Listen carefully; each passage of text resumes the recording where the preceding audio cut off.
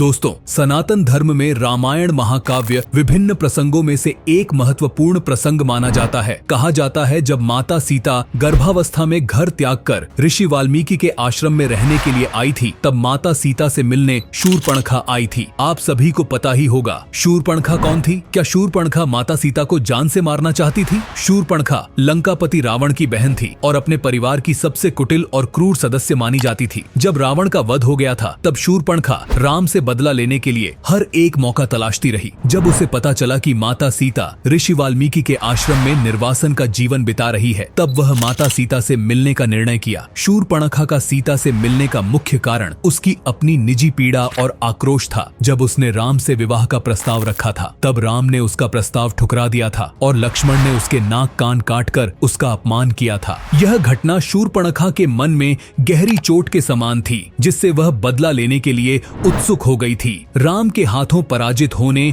और अपने अपमान का बदला लेने के उद्देश्य से शूर्पणखा ने कई योजनाएं बनाई थीं। अब उसे एक अच्छा मौका मिला था माता सीता को राम के प्रति भड़काने की, और वाल्मीकि के आश्रम में जाने का उसका प्रमुख उद्देश्य केवल बदला लेना नहीं था। शूर्पणखा का उद्देश्य सीता का उपहास करना और उसे मानसिक पीड़ा पहुंचाना था। वह माता सीता से बोलती है, तुम तो एक महारानी थी, अब एक सामान्य स्त्री की भांति कठिनाइयों का सामना कर रही हो। माता सीता को याद दिलाती है, देखो तुम्हारे कारण रावण का संपूर्ण वंश नष्ट हो गया, लंका ध्वस्त हो गई और उसका परिवार बिखर गया। उसने माता सीता को ताने मारते हुए कहा कि तुम्हारी सुंदरता ने मेरे परिवार का सर्वनाश कर दिया। जिस सुंदरता का तुमको बहुत घमंड था और जिस राम पर तुमको बहुत ज्यादा विश्वास था, उसी ने तुमको घर से निकाल दिया, तुम्हारा परित्याग कर दिया। उसने बार बार माता सीता को यह बताने का प्रयास किया कि तुम्हारा जीवन अब राम के बिना व्यर्थ है और तुम एक परित्यक्ता हो। यह सब सुनने के बाद माता सीता ने धैर्य और संयम बनाए रखी। उन्होंने शूर्पणखा के शब्दों का प्रत्युत्तर न देकर केवल यह कहा कि यह सब विधि का विधान था और प्रभु राम ने जो कुछ भी किया वह उनके भाग्य में लिखा हुआ था। शूर्पणखा का मुख्य उद्देश्य सीता को मानसिक रूप से विचलित करना था, ताकि वह अपने जीवन से निराश हो जाए और राम के बिना जीने में स्वयं को असमर्थ समझे। लेकिन माता सीता ने अपने उत्तरों और धैर्य से शूर्पणखा को यह दिखा दिया कि वह कितनी भी कठिनाइयों का सामना क्यों न कर रही हो, उसने अपने जीवन और कर्तव्यों से कभी भी मुख नहीं मोड़ा। आज के लिए बस इतना ही, मिलेंगे नेक्स्ट वीडियो में, तब तक के लिए बाय।